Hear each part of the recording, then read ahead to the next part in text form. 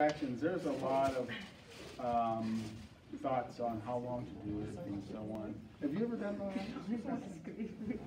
So when I'm through, you can explain how you folk did it, if it's different at all, okay? Sometimes people, what they'll do with the long axis distraction is they'll do it for different time frames. So they may do it for a couple minutes, actually. And sometimes when they do it, they're oscillating the hip and they're pulling it back and forth and so on to really try to get this effect, this neurophysiological effect of mechanical receptors, nociceptors, a nutritional and cleaning effect, and mechanical effect as it improves mobility. So that's the reason behind it. So the way that we're going to do it again, I'm going to tell you 1 to 3 times for 5 to 10 seconds to patient tolerance, okay? But again, you're not going to see that really written in the book. It's just sort of historically the way that it's been done.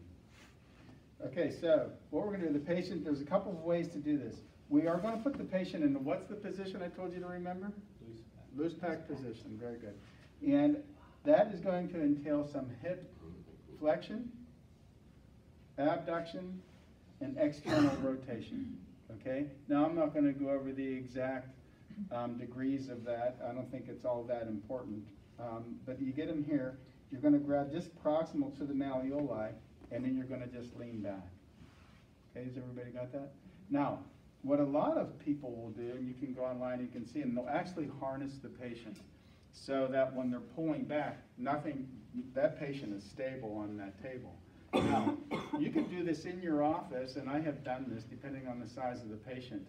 I'll have them up the table far enough, and I'll crank up that pelvic piece so that the ischial tubes will rest on that. Does everybody understand what I'm saying? But you'll see they have all kinds of harnesses and things that they'll put the patient in, and they'll really go at this, you know, for a period of time, and doing that. Okay, has everybody got that? Now, another way that you can do this is you can take the patient like this, and instead of crossing over all those joints, you just take the patient's leg, you put it up to between your thighs like this, and now I'm going to distract back like this and like this. Does everybody see? Again, you want to hip flexion, abduction, and external rotation, and you can see how she slides. You know, so you don't really want to slide the patient. If the patient starts to slide and there's nothing you can do, you just have the patient just hold on to the side of the table and try to keep your lower body totally limp, but hold on with your upper body as I distract back, okay? And patients can help you out with that. Another way to do this, again, very similar position, except now what I'm going to do, I'm just going to bend the knee, same thing, external rotation, and I'm just going to distract back, okay? Just different ways of gripping. Now don't try to do this. Lean back.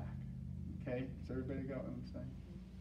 Because you really, just pulling on it is very difficult, and especially when patients get a lot larger than yourself, it's almost impossible to do that. So do you have anything you want to add? We call it the Barbie moves. So when you pull, normally the ball and socket from the joint, like pop. Yeah, well you can. If you distract like high velocity technique. Yes, I've seen people give adjustments where they do this, and then they just, I guess the femur head's too deep in the acetabulum. I don't know what they're trying to correct with that, but I've seen that. And sometimes when you just cavitate a joint, it does have a pain relieving effect. It probably goes through the same mechanism. You know, every adjustment we have probably has a similar effect on the person. Okay, so we're not going to be doing any cavitation on this though. We're just doing a nice slow distraction, hold it for 5 to 10 seconds. Has everybody got that? To patient tolerance. If you start to pull and the patient says, oh no, then you don't do it. Of course you would never do this on a hip that has a prosthetic device or anything like that. Or any active disease process, infectious process, you know, malignancy, etc. You would never do anything like that with this person. This would be somebody with a relatively healthy hip, maybe, you know, degenerated, etc., like an osteoarthritis, but beyond that, you know, use your head when you're doing this, okay? All right, so let's try that.